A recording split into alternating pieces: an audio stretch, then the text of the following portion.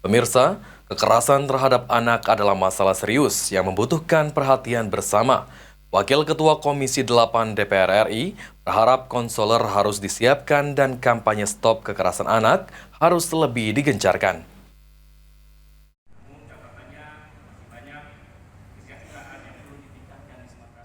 Kekerasan terhadap anak adalah masalah serius yang membutuhkan perhatian bersama. Wakil Ketua Komisi 8 DPR RI menegaskan kekerasan pada anak tidak boleh dibiarkan tanpa tindak lanjut yang tegas. Wakil Ketua Komisi 8 DPR RI berharap konselor harus disiapkan dan kampanye stop kekerasan anak harus lebih digencarkan.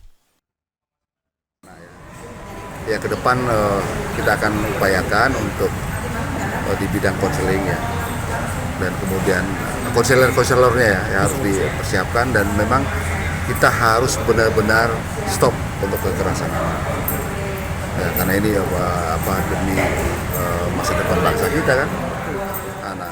Sementara itu, PJ Gubernur Sumatera Selatan Ellen Setiadi menekankan bahwa penanggulangan kekerasan terhadap anak di wilayah Sumatera Selatan memerlukan sinergi antara bantuan fisik dan non-fisik.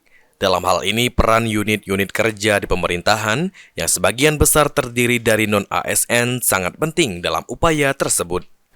Meskipun lembaga pemerintah memiliki perangkat yang cukup besar untuk menangani masalah kekerasan terhadap anak, tantangan terbesar terletak pada keterbatasan sumber daya manusia dan koordinasi antara berbagai pihak.